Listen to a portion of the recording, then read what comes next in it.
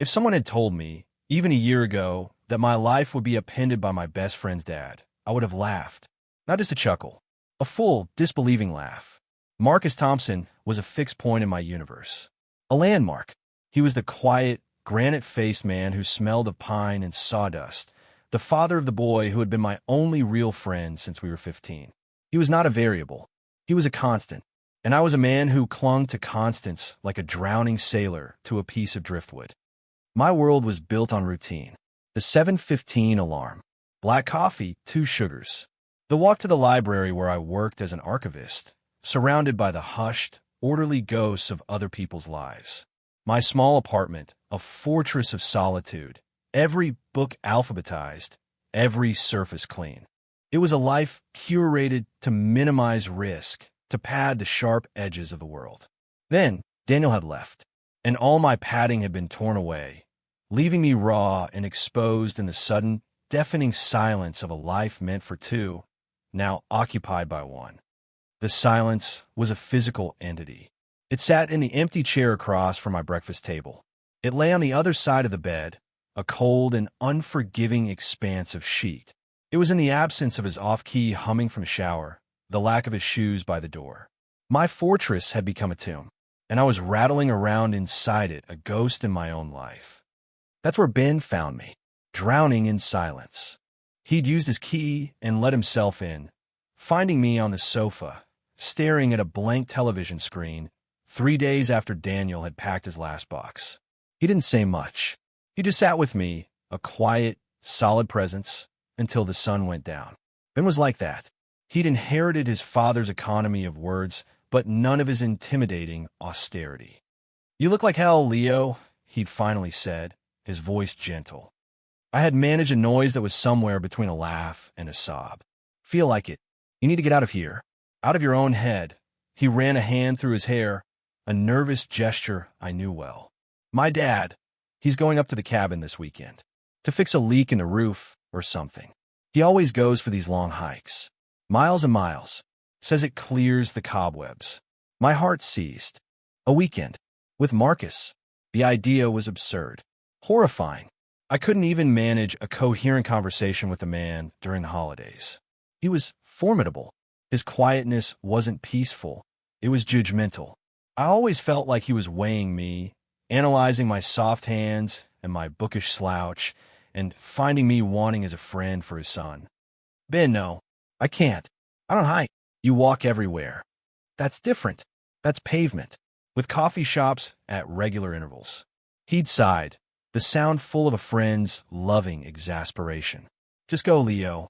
Please. For me. Fresh air. No phone service. Just trees. It'll be good for you." I already asked him. He said it was fine. He said it was fine. 3 words that landed in my stomach like stones. Of course he'd said it was fine. What else could he say when his son asked him to do a favor for his pathetic, heartbroken friend? It was an act of charity, a duty. The thought made my skin crawl with humiliation.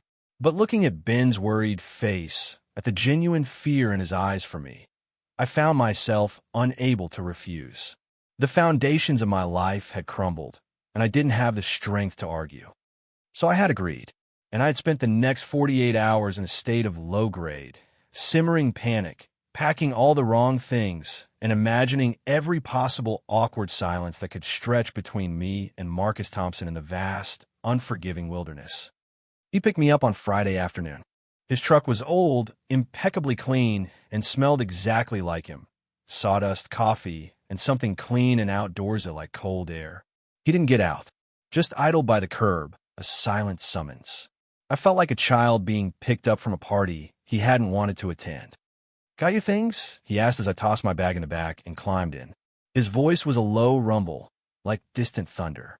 It was the same voice that had, on occasion, offered me a beer at a barbecue or asked if the traffic was bad. It had never been directed at me for more than a sentence. "Yeah, thanks again for this, Mr. Thompson." "Marcus," he corrected, not looking at me. "You put the truck in gear. Ben's worried about you." There was the reason, the obligation. My stomach tightened. He shouldn't be. I'm fine. Marcus glanced at me then, a quick, assessing look.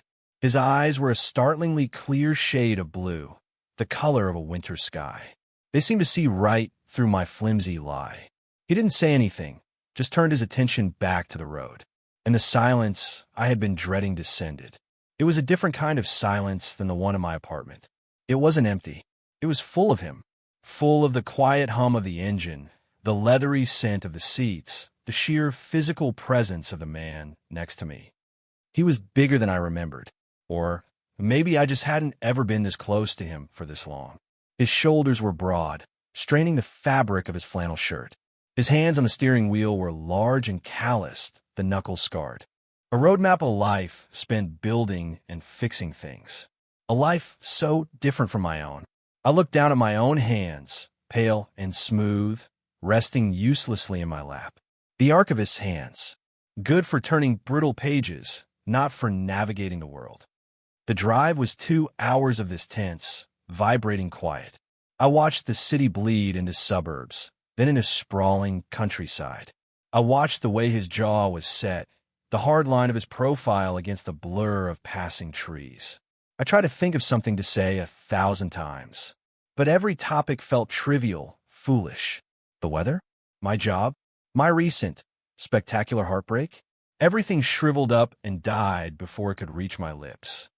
So I just sat there, a passenger in his world, feeling smaller and more out of place with every mile that passed.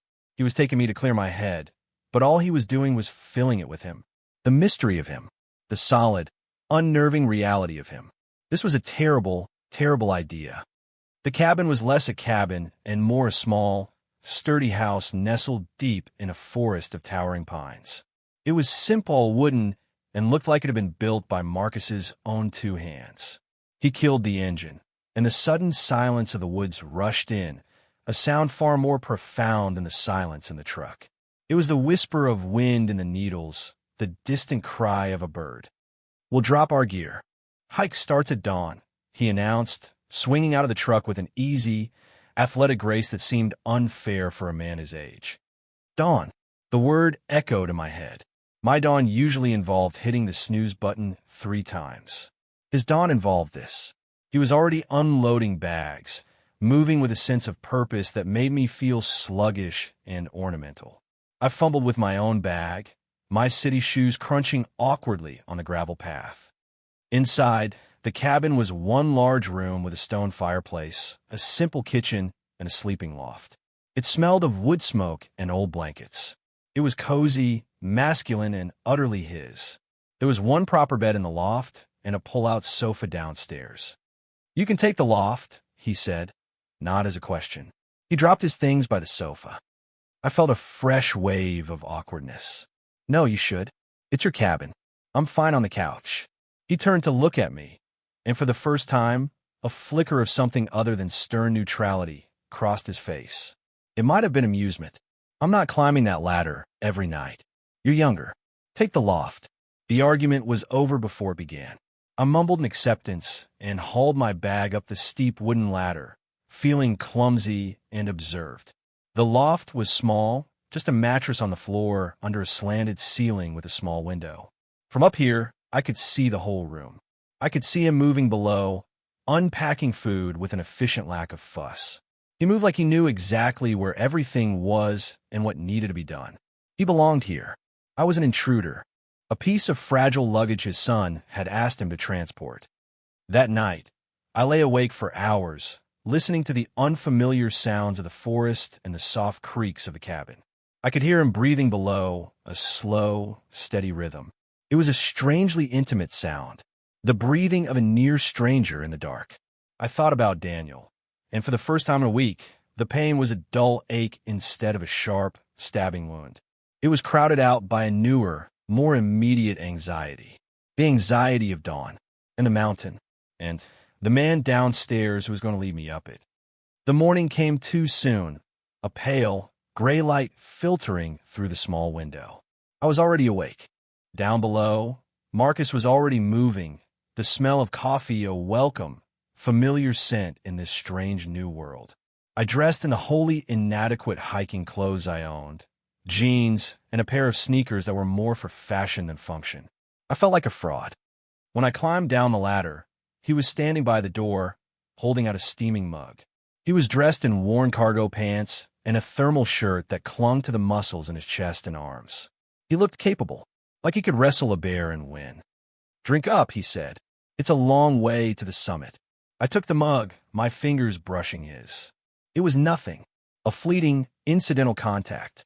But a jolt went through me, a surprising spark of heat that shot straight up my arm. My breath hitched. I pulled my hand back as if burned. He didn't seem to notice, or if he did, he gave no sign. He was already checking the straps on a backpack that looked heavy enough to fell a mule. "Ready?" he asked, turning his head. His blue eyes pinned me. No, I wanted to scream. I want to go home to my quiet apartment and my sad, predictable books. But I just nodded, my throat tight, and followed him out into the cold morning air. The hike was, for the first hour, a special kind of hell. The path was steep, littered with rocks and roots that seemed designed to trip me. My lungs burned. My legs, accustomed to flat city sidewalks, screamed in protest. Marcus moved ahead of me with a steady, relentless pace, never seeming to break a sweat.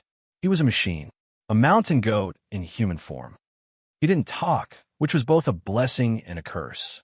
It meant I didn't have to waste precious oxygen on conversation, but it also left me alone with the roaring in my ears and the frantic, looping thoughts in my head.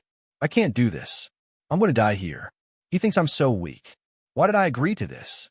After what felt like an eternity, he stopped, waiting for me to catch up.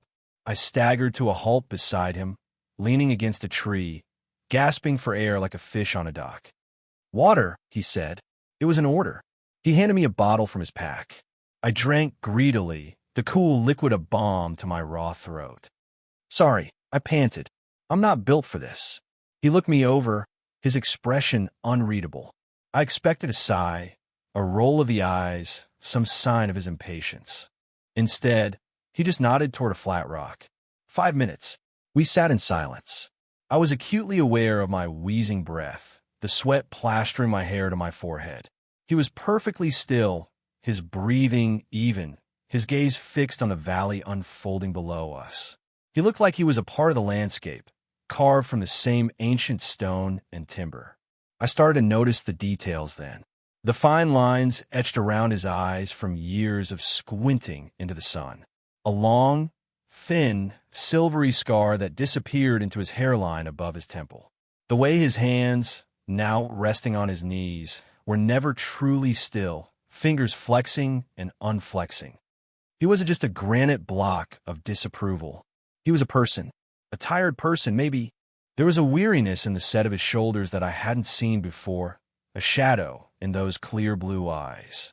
The judgment I had always perceived in him began to feel less like a verdict on me and more like a permanent part of his own weather system, a low-pressure front that had settled over him long ago.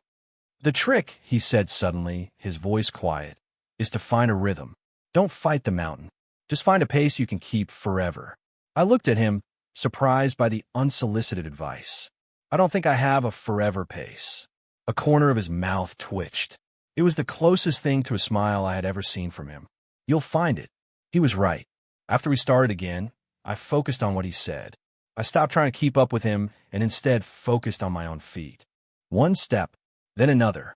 I found a rhythm to my breathing. The world narrowed to the patch of trail in front of me, the sound of my boots on the dirt, and the steady, solid presence of Marcus's back a few yards ahead. The panic in my chest began to subside, replaced by a dull, throbbing determination. Hours passed. The sun climbed higher, warming the air. We broke through the tree line into a world of scrubby bushes and wide-open sky. The trail became a narrow ledge on the side of the mountain. I could feel the immensity of the space around me, the dizzying drop to my left. We came to a place where a large, moss-covered log blocked the path. Marcus stepped over it with ease. I hesitated. It was high, and the ground on the other side looked slick. "Come on," he said, turning back. He held out a hand. My heart did a frantic, stupid flutter. It was a simple gesture, practical, necessary, but it felt like so much more. I stared at his hand. The calluses, the faint tracery of scars, the sheer strength in it. After a beat that felt 100 years long, I reached out and took it. His skin was rough, warm. His grip was firm, enveloping my entire hand. The jolt from the coffee mug was nothing compared to this. This was a full-body shock, a current that lit up every nerve ending from my fingers to my toes. He pulled me over the log effortlessly. My sneakers slipped on the damp earth as I landed, and I stumbled forward, my chest bumping against his. For a second, we were frozen. I was pressed against the solid wall of his body, my hands flat on his chest. I could feel the steady, powerful beat of his heart under my palm. It was so much faster than I would have expected. My own heart was a frantic trap bird. I could smell the faint, clean scent of his sweat, mingled with the pine and the cold mountain air. I looked up, and my face was only inches from his. His blue eyes were wide, and the weariness was gone, replaced by something else, something sharp and startled and intense. I scrambled back as if I'd touched a live wire, my face burning. "Sorry," I mumbled, staring at the ground, at my shoes, at anything but him. "It's fine," he said, his voice a little rough. He cleared his throat and turned away, starting back up the trail at a faster clip. "Watch your step." The air had changed. The comfortable rhythm was gone, replaced by a thrumming, palpable tension. Every time a branch brushed my arm, I flinched, thinking it was him. The space between us on the narrow trail felt both too large and too small. The accidental intimacy of that moment had shattered the fragile peace we had built. I had touched him, and in doing so, I had revealed something to myself, if not to him. A terrifying, impossible want. Just as we reached a high ridge, the sky, which had been a brilliant blue, began to curdle. Dark clouds boiled up over the peaks with astonishing speed. The wind picked up, biting and cold. Marcus stopped and swore under his breath. That wasn't in the forecast. He scanned the sky, his face grim. "We have to get down. Now. And find shelter." The first drops of rain were fat and cold, hitting my face like icy pellets. Within minutes, it was a downpour. A torrential, blinding rain that turned the trail into a muddy stream. The temperature plummeted. Thunder cracked overhead, a sound so loud it seemed to split the sky, echoing off the surrounding peaks. "This way," Marcus yelled over the roar of the wind and rain. He grabbed my arm, his grip urgent, and pulled me off the trail, scrambling down a steep, rocky embankment. My feet went out from under me on the slick mud, and I slid several feet before crashing into a bush. "Are you okay?" he shouted, his face tight with concern as he helped me up. "Fine," I lied, though my hip was screaming in protest and my hands were scraped raw. He found a small, slightly sheltered overhang beneath a cluster of giant boulders. It wasn't much, but it was out of the worst of the wind. "We'll have to wait it out here," he said, shrugging off his heavy pack. Could be hours. He was already pulling out a tightly rolled bundle of nylon. An emergency tent. He worked with a desperate efficiency, his hands flying as he unrolled the tent and began feeding the poles through the sleeves. The wind tore at the fabric, trying to rip it from his grasp. "Give me a hand." I scrambled to help, trying to hold the corner down against the gale. A sudden, violent gust caught the tent like a sail, and one of the flexible poles snapped back, slashing across the back of his hand. "Damn it," he hissed, dropping the pole and cradling his hand. Blood welled up instantly, a shockingly bright red against his skin, quickly diluted by the rain. It was a deep, nasty gash. "Let me see," I said, my voice suddenly clear and steady. The librarian, the archivist, the clumsy city boy vanished. In his place was the person who had taken a dozen first aid courses, a requirement for handling fragile historical documents and the occasional paper cut-related emergency at the library. He looked at me, surprised by my tone. He reluctantly held out his hand. The cut was bleeding freely. "It's nothing," he grunted. "It's not nothing. It needs to be cleaned and dressed, or it'll get infected." I reached into his pack, found a first aid kit. Of course he had a comprehensive one, and pulled it out. "Seat." To my astonishment, he sat. He leaned back against the rock, looking tired and suddenly vulnerable. The power dynamic had inverted in an instant. I was no longer the fragile passenger. He was the one who was hurt, and I was the one who knew what to do. I worked quickly, my hands sure as I cleaned the wound with an antiseptic wipe, my touch gentle as I applied pressure to stop the bleeding. He winced but didn't pull away. I was kneeling in front of him, our faces close. The rain hammered on the rocks above us. I focused on the task, on the texture of his skin, the surprising softness just below the calluses. I could feel his eyes on me, watching my every move. When the bleeding slowed, I carefully applied a butterfly bandage to close the wound and then wrapped it securely with gauze. "There," I said, my voice softer now. "That should hold." I looked up and met his gaze. The intensity was back, but it was different now. The surprise was gone, replaced with a quiet, searching look.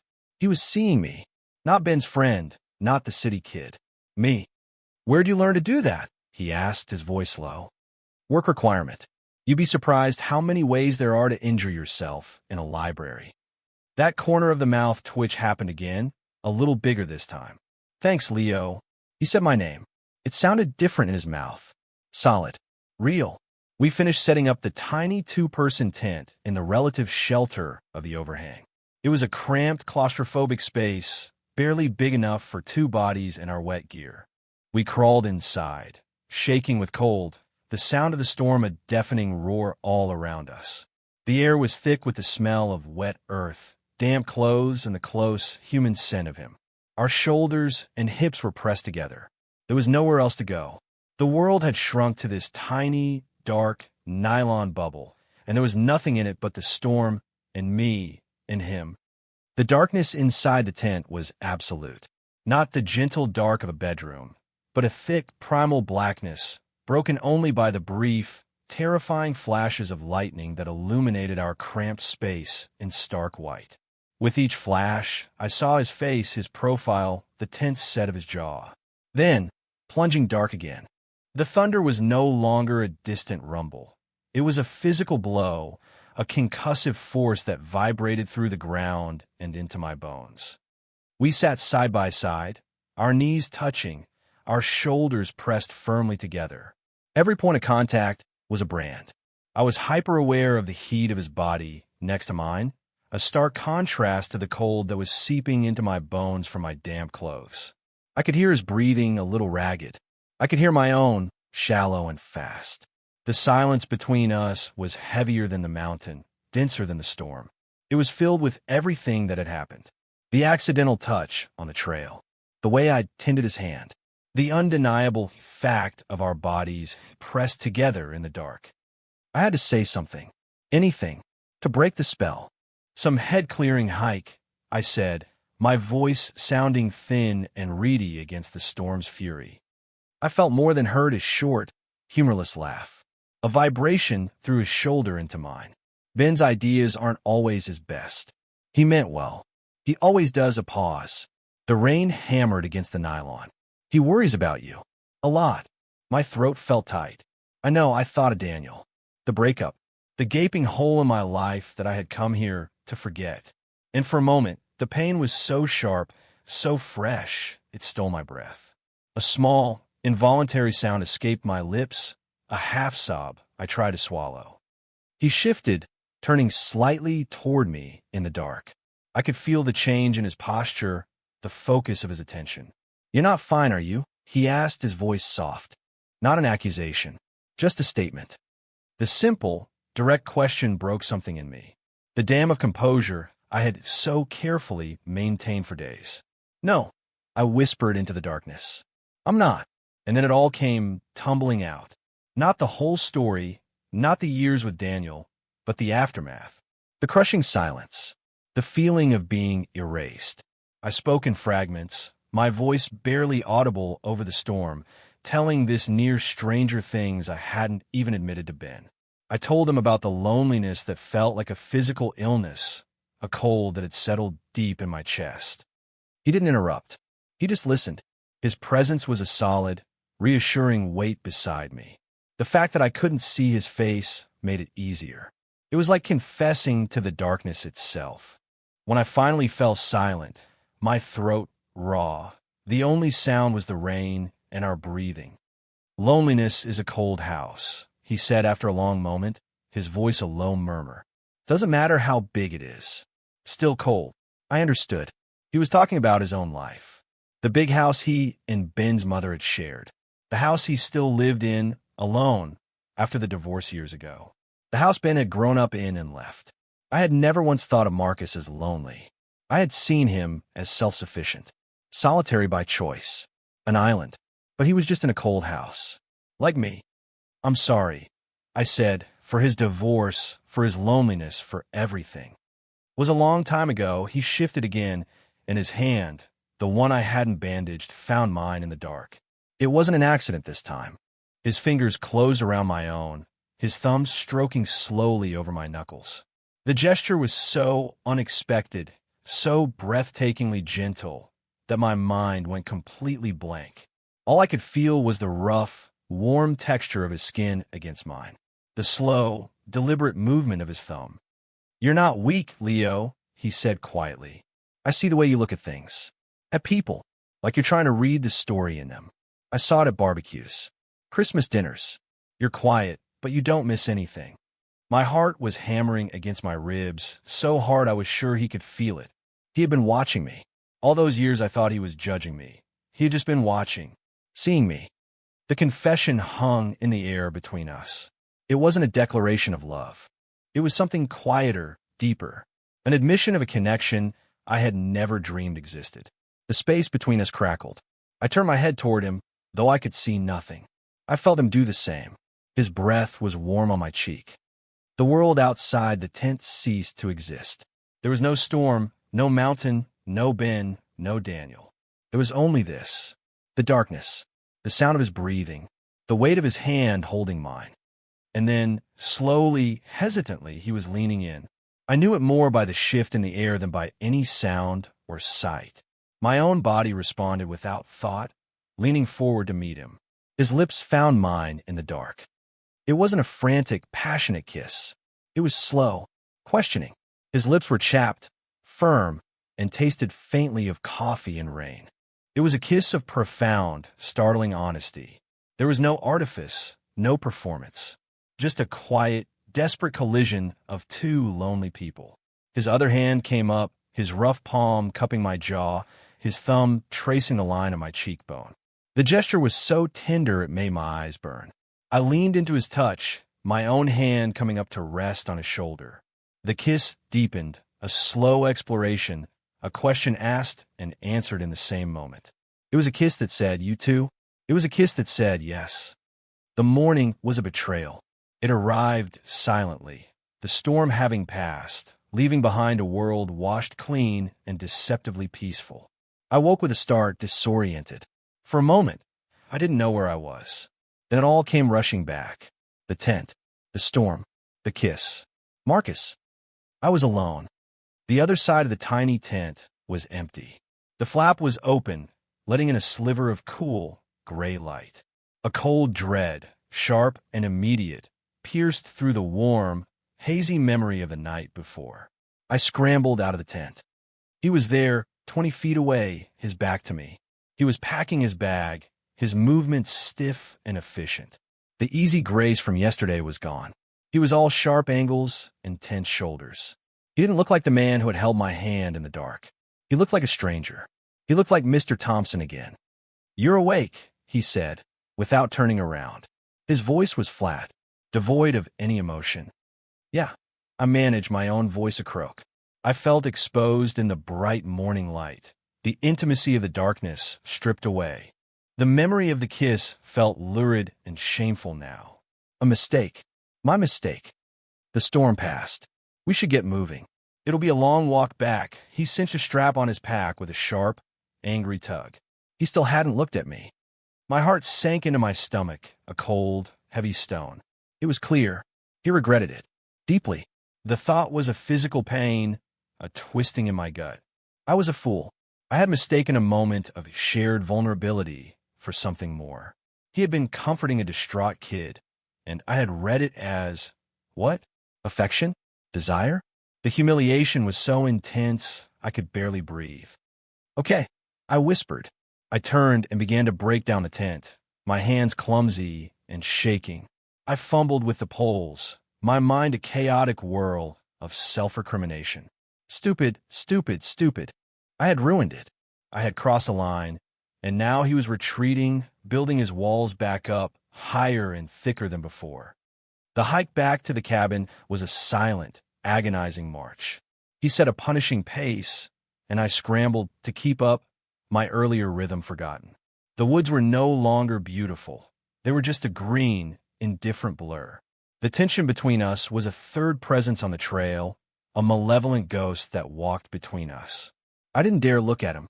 I just stared at his boots, eating up the trail ahead of me, taking him further and further away. We made it back to the cabin in what felt like record time. He immediately started packing the truck, tossing gear in the back with a controlled violence. I gathered my own few things from the loft, my movements slow and leaden. I felt like I was moving through water. The drive home was worse than the drive up. The silence was no longer just awkward. It was a weapon.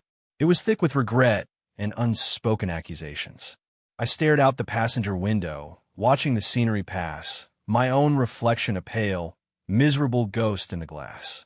I replayed the kiss over and over in my mind, searching for the moment I had misread everything. But all I could remember was the tenderness, the honesty. Had I imagined it? Had my own desperate longing projected feelings onto him that weren't there? When he pulled up in front of my apartment building, I couldn't get out of the truck fast enough. I needed to escape the suffocating confines of that cab, to get away from him and the shame that was choking me. "Thanks for the trip," I said, my voice hollow as I grabbed my bag from the back. He didn't look at me. He just stared straight ahead through the windshield, his hands gripping the steering wheel so tightly his knuckles were white. "Take care, Leo." The words were a dismissal, a final, clean cut. He put the truck in gear before I had even fully closed my door and drove away without a backward glance. I stood on the sidewalk, my bag in my hand, and watched his truck disappear around the corner. And then I was alone again. But this was a new kind of alone. A worse kind. Before, my apartment had been a tomb haunted by the ghost of a past love. Now, it was haunted by the ghost of a future that had flickered for one brief, stormy night before being extinguished completely. The silence that greeted me when I walked through the door was no longer just empty. It was mocking. The next few days were a blur of misery. I called in sick to work. I couldn't face the quiet order of the archives. It felt like a reproach to the chaos raging inside me. I paced my small apartment, from the window to the bookshelf, from the kitchen to the bedroom, a caged animal. I didn't eat. I barely slept. Every time my phone buzzed, my heart would leap with a wild, stupid hope, only to crash when it was a notification from a news app or a text from my mom. Ben called twice. I let go to voicemail. I couldn't talk to him. What would I say? How could I ever look him in the eye again, knowing what had happened, what I had made happen, with his father? I was a predator, a creep. He was grieving, and I was grieving, and I had taken advantage of that shared moment of weakness. I had forced myself on my best friend's father. The narrative in my head grew more monstrous with each passing hour. Marcus's silence was the proof. He was disgusted. With me. With himself. And I deserved it. I had taken his kindness and twisted it into something ugly. By the third night, I had reached a state of numb resignation. The frantic anxiety had burned itself out, leaving behind the cold ashes of despair.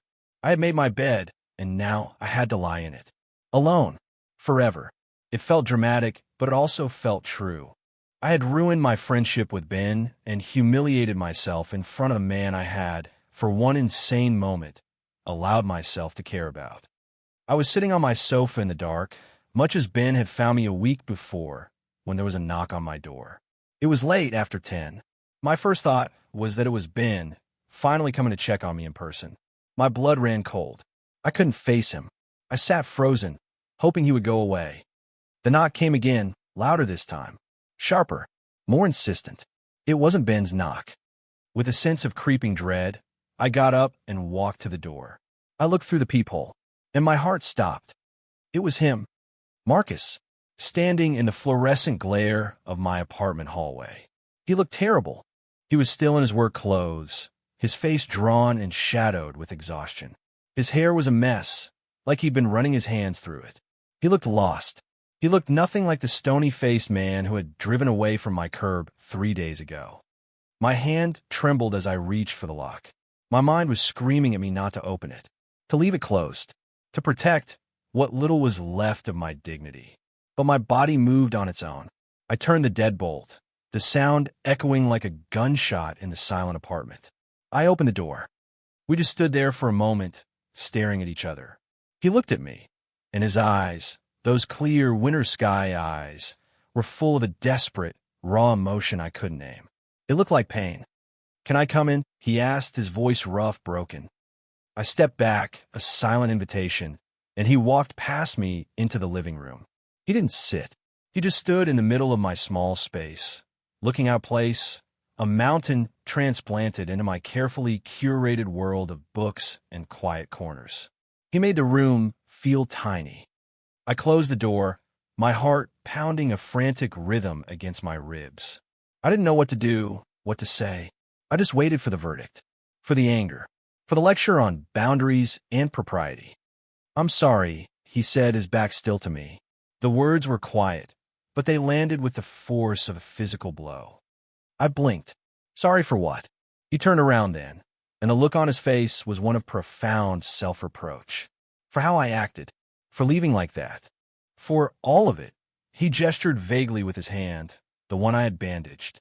The gauze was gone, replaced by a neat dressing. That was cowardly. I couldn't process it. He was apologizing? To me?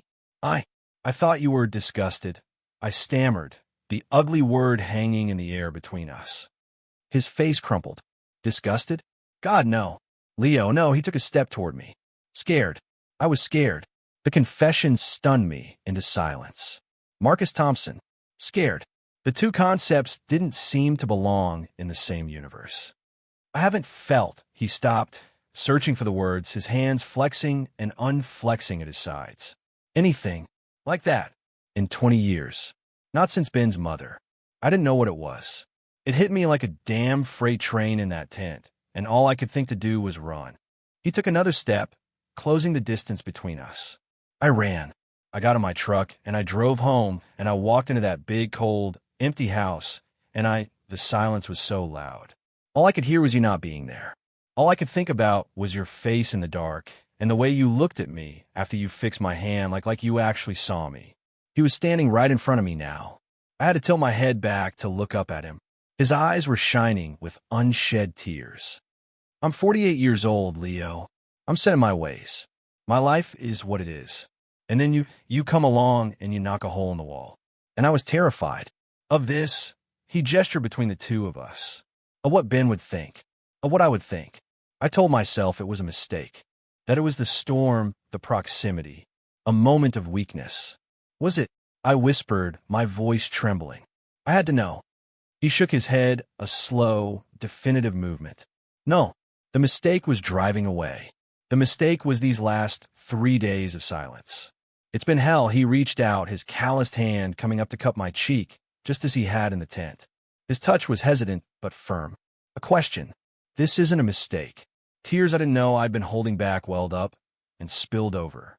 I leaned into his palm, a wave of relief so profound it made me weak at the knees, washing over me. He wasn't disgusted. He was just as lost and terrified as I was. I thought I imagined it all. I confess, my voice thick. You didn't imagine anything, he murmured, his thumbs stroking my skin. He leaned down, and this time there was no hesitation.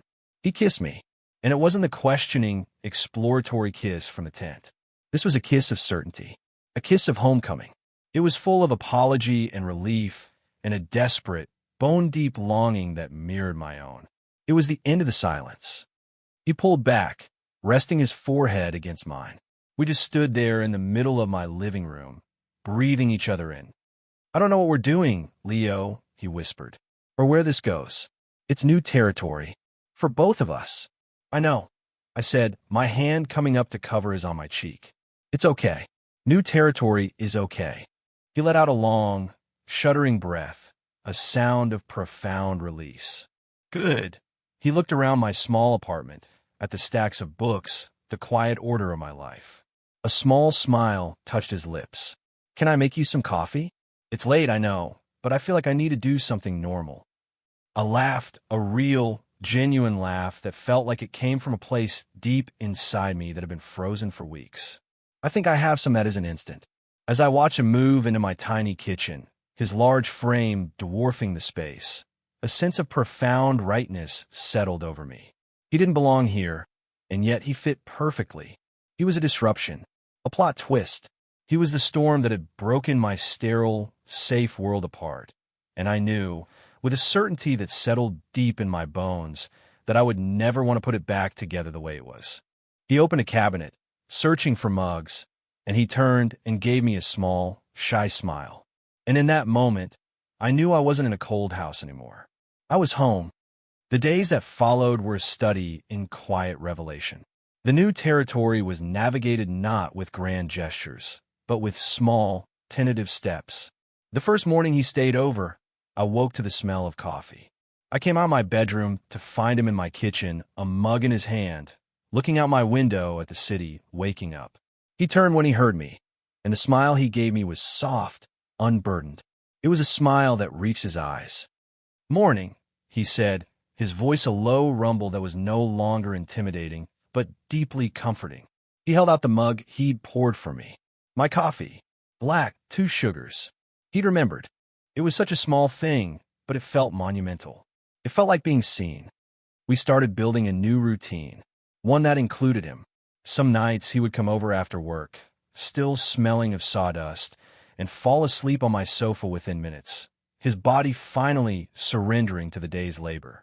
I would cover him with a blanket and just watch him, the hard lines of his face softened in sleep, and feel a sense of peace so profound it was almost painful.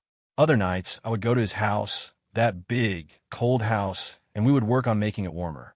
We cooked dinner together in the cavernous kitchen. I put my books on an empty shelf in his study, and he didn't just let me. He cleared the space for them. The conversation with Ben was the hurdle we both dreaded. Marcus insisted on doing it alone. He drove to Ben's university campus one Saturday.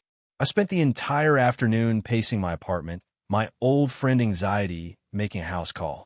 I imagined the worst, the anger, the accusations, the disgust. The end of my friendship, the end of this. When Marcus came back that evening, he looked tired but calm. He walked in, pulled me in his arms, and just held me for a long minute. He was surprised, Marcus said finally, his voice muffled in my hair. Really surprised. And then he was quiet for a long time, my heart plummeted. And then he said, "Well, he's the first person you've brought home in 20 years. And Leo's the best person I know. So I guess just don't hurt him." I pulled back, stunned. I looked into Marcus's face, searching for any hint of a lie. There was none, only a deep, abiding relief. Ben's blessing, hesitant as it was, felt like the final piece falling into place. Our life together became a tapestry woven from 2 different threads. His world of tangible things, of wood and stone and soil, and my world of quiet things, of paper and ink and stories. He taught me the names of trees. I read him poetry while he fixed the perpetually dripping faucet in my bathroom. He built me a new set of bookshelves, sturdy and smelling of fresh-cut pine, and spent an entire Sunday helping me organize my collection, his large, calloused hands surprisingly gentle with the fragile bindings. One evening, months later, we were lying in my bed, the city lights painting patterns on the ceiling. It was quiet, the comfortable silence that had replaced both the lonely silence of my past and the tense silence of our beginning. "What are you thinking about?" he murmured, his arm a heavy, warm weight around me. I thought about the man I had believed him to be for so many years, a stern, disapproving fixture on the periphery of my life. I thought about the man he was, quiet, yes, but also kind and deeply lonely and capable of a tenderness that still took my breath away. He wasn't a mountain to be conquered. He was a harbor. "I'm thinking," I said, turning to face him in the dim light, "that my life is a very strange book." He smiled, that slow, wonderful smile. "Is it a good one?" I thought about the man who had left me, the silence he'd left behind. I thought about the phone call from Ben, the dreadful car ride, the grueling hike. I thought about a single, accidental touch that had set my world spinning on a new axis. I thought about a stormy night in a tent that had saved me. It has a hell of a plot twist, I said, leaning in to kiss him. But yes, it's the best one I've ever read. He had come into my life to help me clear my head, an act of reluctant charity for his son's sad friend. But he hadn't just cleared it. He had filled it. He had filled my quiet apartment with his presence, filled my silent days with his low voice, filled the cold, empty spaces in my life with a warmth I had never known was possible. I hadn't been looking for love on that mountain. I had just been trying to survive the fall. But sometimes when you're falling, you don't hit the ground. Sometimes someone catches you.